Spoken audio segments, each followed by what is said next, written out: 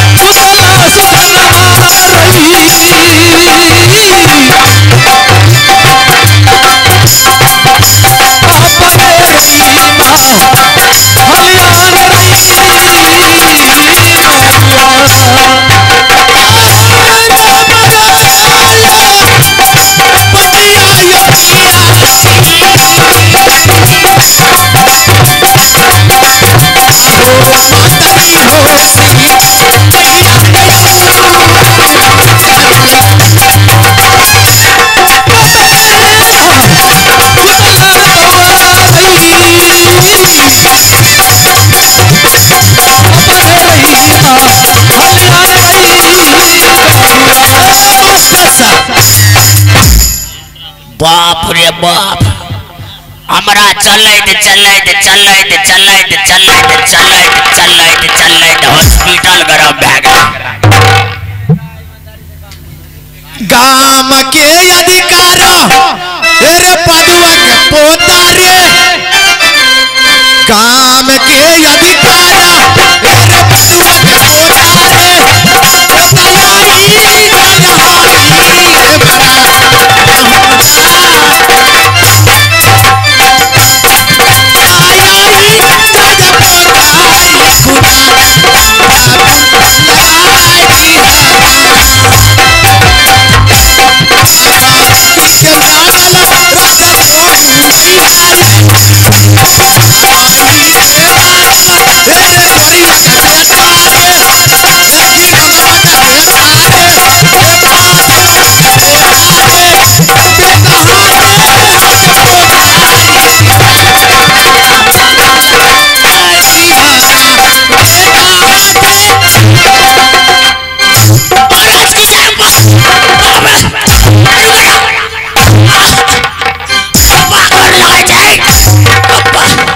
रमजादे मालिक गोर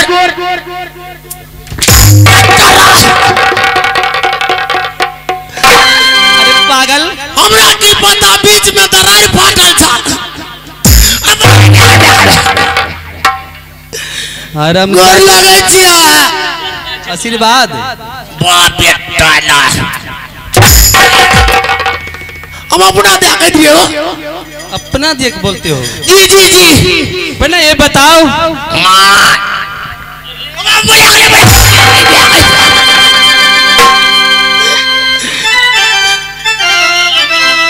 मरल करो हमरा। पहले ये बता अपना दरबार कैसा है? बहुत अच्छा है। बहुत अच्छा है जी। अपना बेटी जो है बाप रे बाबू हो बढ़िया से रहे छ, यानी कि बढ़िया था मंत्री। पहले ये बताओ जब से मेरे सती कबली पैदा हुआ क्यों नहीं? तब से अपने आंखों से नहीं देखे हैं। अच्छा ये बताओ कैसे है नहीं है पहले बताओ। वो तो बहुत अच्छा है। बहुत अच्छा है ना? हाँ लेकिन आजकल युग जमाना खराब हो गया, बाल बच्चा जवान हो गया। अच्छा जवान हो चुके हैं? जी जी मंत्री महाराज की जय। ठीक है जवान हो चुका है। क्यों नहीं? क्षत्रिय धर्म जो है जैसे क्षत्रिय धर्म में शादी होता है वैसे सारे सामान आपको सौंप रहा हूँ। महाराज हर चीज आपको करना होगा। क्या करना होगा? शादी विवाह। यानी कि आपका कहना हुआ महाराज तू भी एक राज का मंत्री है, यानी कि सब भार हमारे ऊपर है। हाँ हाँ तो महाराज आपको हिसाब से हमको चलना पड़ेगा। जैसे आप कहिए हैं वैसे हमको करना पड़ेगा। क्यों नहीं? जो क्षत्रिय कुल में रीति रिवाज से शादी विवाह होता है बीरापान और पाकल वही उसमें जो है डोला देकर और बीरापान रखकर सारे सौदा आपको मैं सौंप रहा हूँ। मैं अपना चलता हूँ। ठीक है महाराज आप जा सकते हैं। ठीक है मैं चल रहा हूँ। इलावा इलावा दिया दिया चलो सौसी पटिया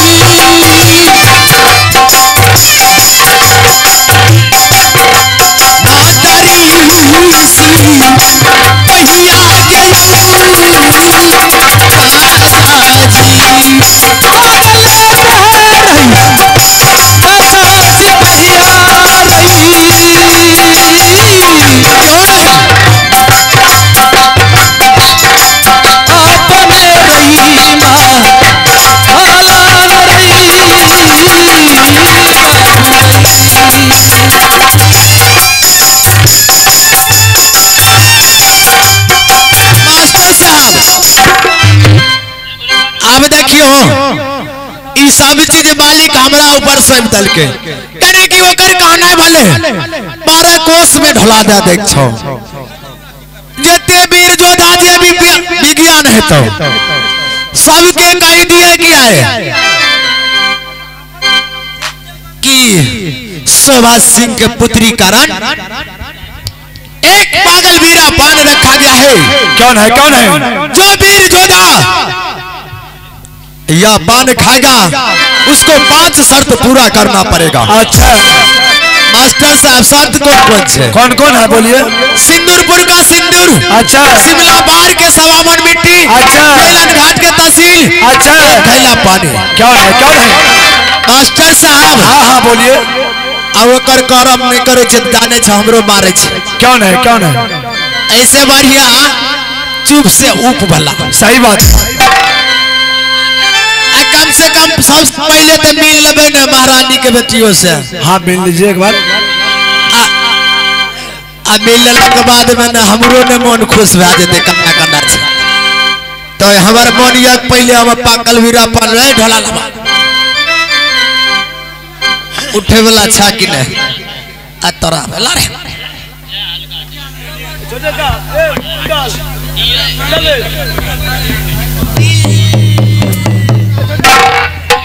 सुनो ग्रामवासियों, आप लोग से सूचित किया जाता है जो कि महाबलपुर में महाबल सिंह राजा ने एक संबर रचा है। उस संबर में एक पागल वीरा पान रखा है। जो वीर योद्धा या पागल वीरा पान खाएगा उसको 5 शर्त पूरा करना पड़ेगा। उसमें शर्त क्या है? सिंदूरपुर का सिंदूर, शिमला बाढ़ का मिट्टी, बेलन घाट का तहसील, झरना के 1 घड़ा पानी। उसके बाद सती केवली को साथ शादी होगा। या पकड़ा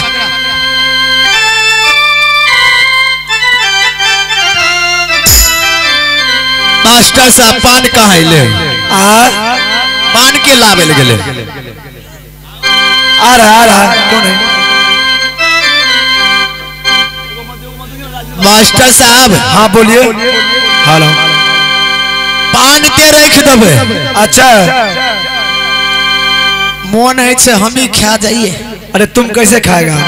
ओ हमें खाइबे तो हमारा सब नहीं। वो तो संबर रखा गया है रे। ओ संबर छी। हाँ इतना काम देगो बेदरो एक रत्ती को परुआ पूरा क्या देते। हमारा संसद तो जाने छे जल्दी ये क्या लेबे।